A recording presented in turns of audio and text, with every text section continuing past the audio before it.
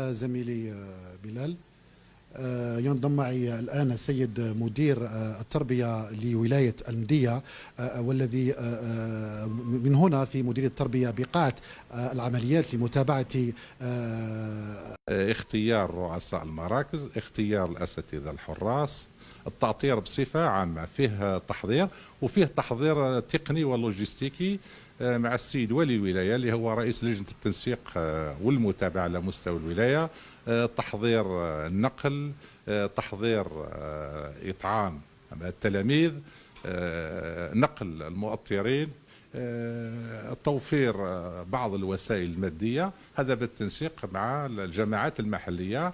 ومن هنا نشكر السيد ولي الولاية والجماعات المحلية وكل الشركاء من مصالح الأمن ومديري التنفيذيين الشركاء اللي راه معنا، اللي رانا اليوم ننسقوا معاهم، والامتحان يمشي حسب ما هو مسطر له، حسب ما سطرته وزارة التربية الوطنية.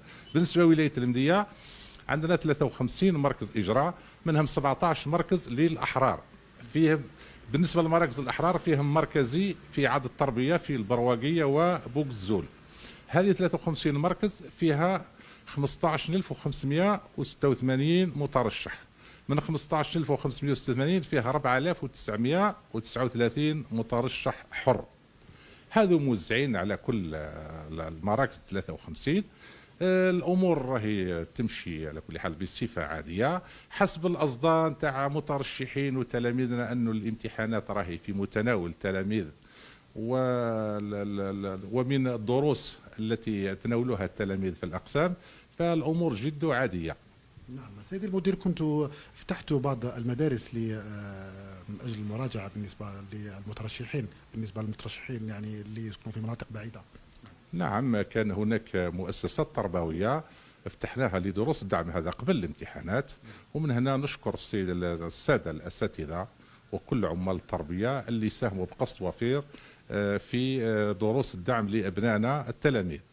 بالنسبة أيضا للجانب اللوجستيكي هنا في ولاية المدية، أيضا فيه تنسيق مع السيد ولي الولاية ومديرية النقل والجماعات المحلية، توفير النقل للتلاميذ اللي مثلا اللي يمتحن خارج البلدية نتاعو، وتوفير أيضا النقل للأساتذة الحراس والمؤطرين. نعم، سؤال أخير فيما يخص عدد الغيابات والتأخرات التي سجلت منذ يوم أمس إلى اليوم. تأخرات تعالج، فيه قانون تاع التأخرات، فيه اللي يتأخر على كل حال التلاميذ، فيه بعض المتأخرين خاصة في مراكز الأحرار، ولكن تعالج حسب القانون تاعها. فيه قانون بالنسبة للمتأخرين، فيه بالنسبة للتلميذ اللي يحضر بعد من 8 ل 8:30 يعتبر متأخر يسجل، واللي بعد 8:30 يعتبر مقصي. هذا قانون يعني دليل واضح بالنسبة للامتحانات. شكرا سيدي المدير.